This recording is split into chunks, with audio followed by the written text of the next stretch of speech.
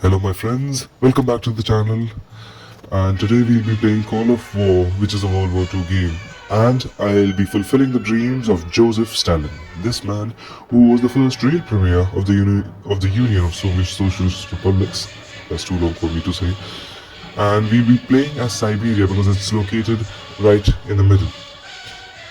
So how I started my game was rolling mobile units into these two countries. Three of my divisions rolled into northern Mongolia and two others in East Siberia. My main focus was to secure my eastern flanks, with my allies being West Yakutia and Mongolia.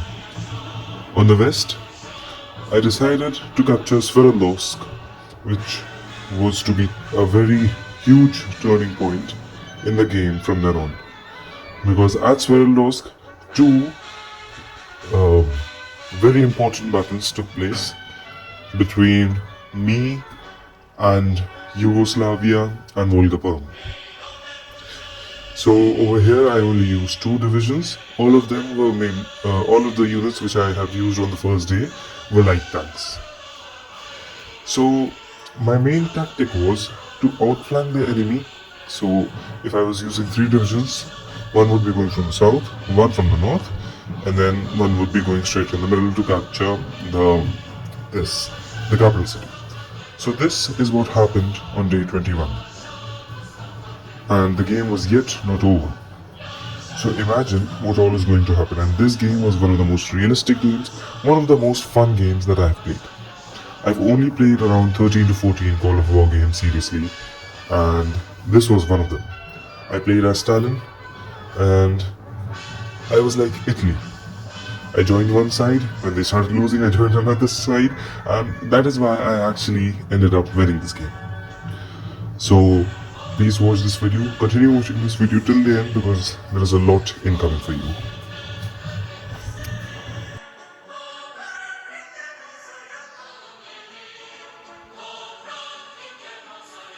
So now to the newcomers, these are the units that I used. B2 light tank is the basic model of light tank that you get for communism if you are a communist state. And then T-26 light tank, this is a level 2 light tank, which is really powerful. It is highly mobile and really powerful, and you can quickly produce it. T-28 medium tanks. These are the ones that I use against my offensive on Yugoslavia, and then these were really useful. I'll elaborate later in the video. T-37 light tank, this is the third level light tank. This also proved really helpful for me in the defense of my mainland during the later part of the game. B-107 heavy tank. This was perhaps one of the best units I've ever used because this is highly mobile and it is very strong. These are the artillery pieces, basically all basic units of artillery, anti-air, and then siege artillery, etc. This is the anti-air. I did not use many of them.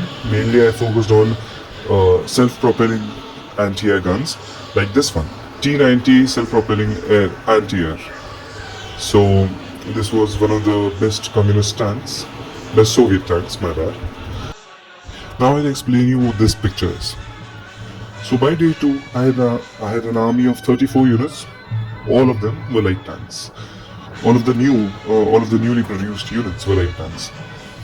So now I was capturing Sverdlovsk when Volga surprise attacked me, and he turned out to be a golder. So he had many units. He had around 40 units. So what he did was he stacked all of his units, 40 in total, and you see that blue arrow going to the blue dot? Well, that was his stack of 40 units going to Sverdlovsk.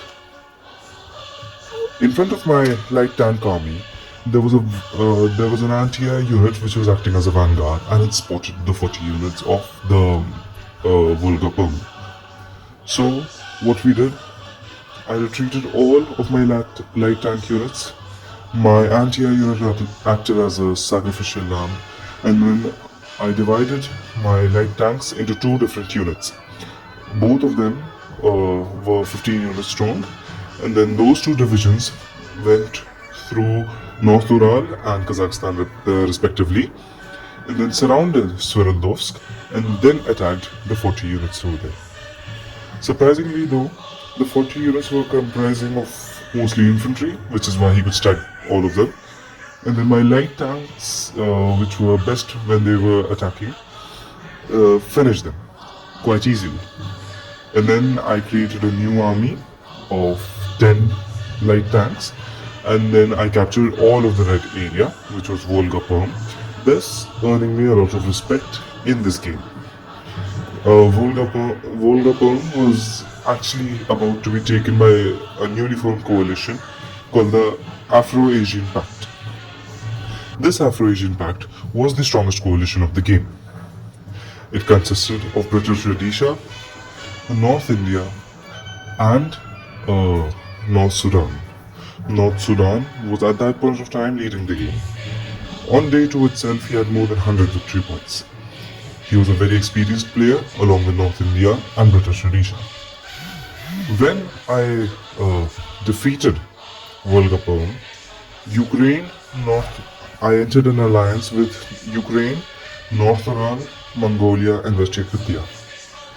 But then I left it because this happened. Wanna join our coalition? Let me think about that.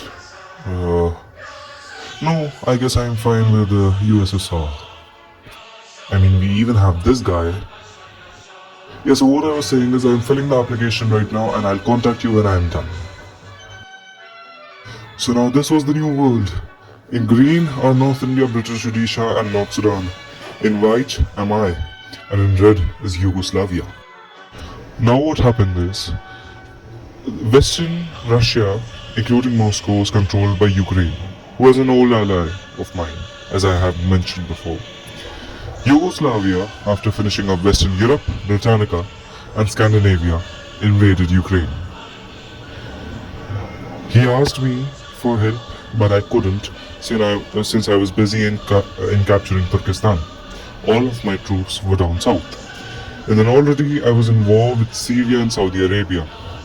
Syria had destroyed 40 of my units, 40 of my 100 units. I had to quickly peace out with them. And then I started begging for resources because I had run out of resources as well. So there was no way I could help Ukraine. Ukraine fell. North Sudan, quickly realizing the situation Yugoslavia was in, invaded Anatolia from the south. Anatolia was quick to fall, but Yugoslavia had resources in the Balkans. He had resources and he had manpower. Soon a huge army invaded Anatolia, recaptured all the territories, and then a line was created. This line passed through Ankara, and on this line several troops died. The war had now become a stalemate. North Sudan and Yugoslavia both had more than 150,000 casualties, whereas casualties in a normal war are not more than 50,000. The war stretched on till day 17, when at last I could bring in all my troops and I finally invaded Yugoslavia. At least that's what I was about to do. I was stopped by one of my allies, and he told me that there are a lot of aircrafts with Yugoslavia. So then now I created many self-propelling anti-air guns. That took me around one day. Till that time, I wrote a newspaper article asking for more resources, saying that all my resources had been lost in my Syrian war and I had no more than 30 units.